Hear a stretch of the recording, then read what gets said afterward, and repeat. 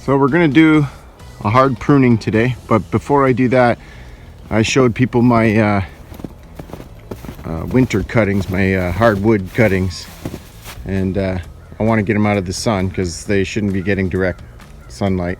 So I'm gonna build a little canopy over it, and what I got is some of this perforated stainless steel left over from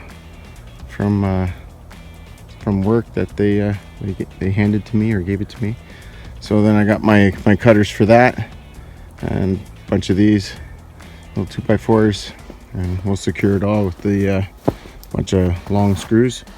So I'll set it up and you'll see what I meant when I said canopy.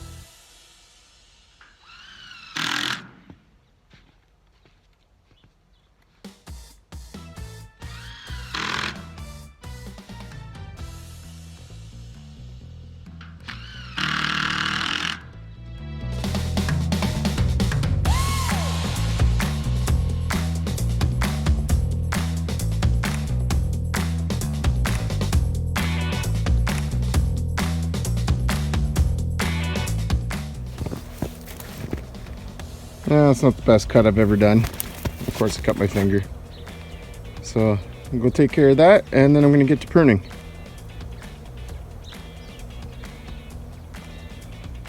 Okay, so we're gonna go do some pruning on an overgrown pear tree, and I'm just gonna show you how to do a little bit of maintenance on your tools, which is your loppers and your hand cutters here. Okay, so your little pruners, and then I also have my saw here too, which is fantastic little saw, but you can get these at like the dollar store, even Canadian Tire. They're really inexpensive, but they do their work, that's for sure.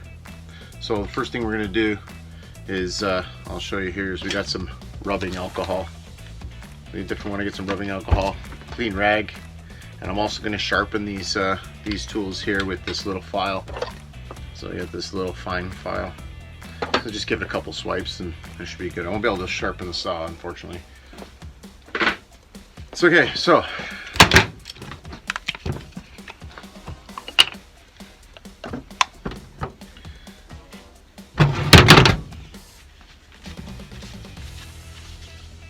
make sure you wipe them good. It's good to do this to make sure they don't contaminate whatever you're cutting from the last cuttings that you did, or like this one here is filthy because, you know, I was cutting close to the ground. It'll work. Okay. So what I do is I just take the file, and I'm gonna get a good angle on that. Now we can go this way. So I just give it a couple swipes. There's a couple of snags there, which I kind of want to get that out, but nothing too crucial. I mean, these things don't owe me nothing. They, oh yeah, that's nice and sharp. So just take off any grooves or anything like that, and then, you know, you don't have to do a lot, just a little.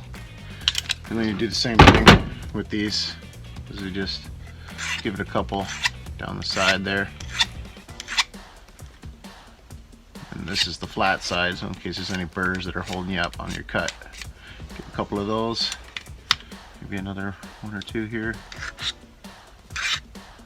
So it's a fine file, so it'll do the job, that's for sure. Okay, so Oh, it could be a little sharper. Let me see if I can get a better grind on there.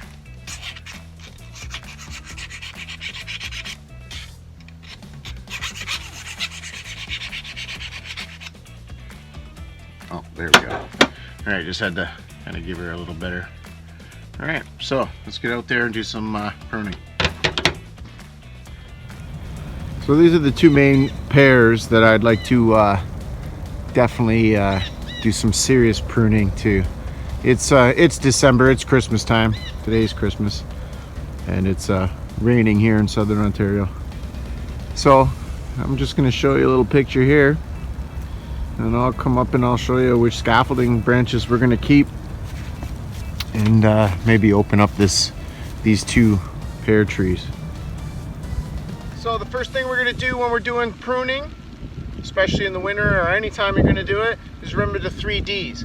You want the dead, the diseased, and the damaged. So that's the first thing you can take out, and you wouldn't have to worry about cutting too much off or whatever, because those are the first things you should do. And then after that, you'd sit there and you'd figure out which scaffolding branches you want to keep, which are these large branches, and get rid of the ones that are overlapping, get rid of the ones that are pointing inside, get the ones that are going straight up, and get the ones that are going straight down, and then take a look at it. So again, remember, this is going to be more aesthetics as well as functionality.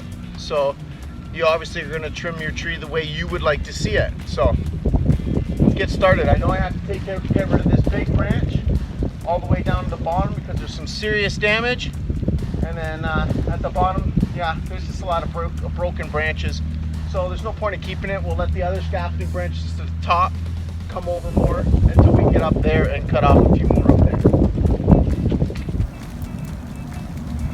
Yeah, so you can see what I'm working with here. See, I got this big crack right up through this branch, this large one here, which comes back over here, right?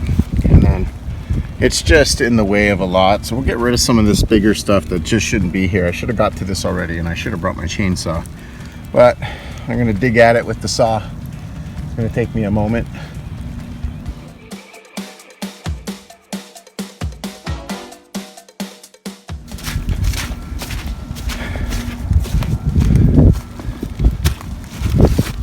So you'll notice I put an undercut so that we don't damage this when it decides to go.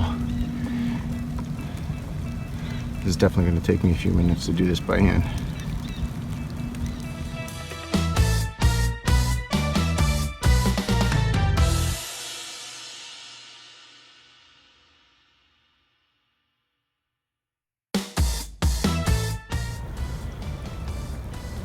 So we got that little bottom big branch, damaged branch out of there.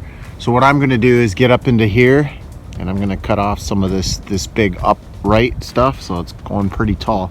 Can't reach up there anyways and can't do much with it. So I got another one over here that's going straight up. I'm going to get rid of that as well. So and then we'll do a few other trimmings here and there to bring it down and do a really hardcore pruning on this mother here, this mother pear. So I'll show you as soon as I get it done. Unfortunately, it's a little cold for my phone to record a lot of this for a long period of time, and I got to get up there with the chainsaw.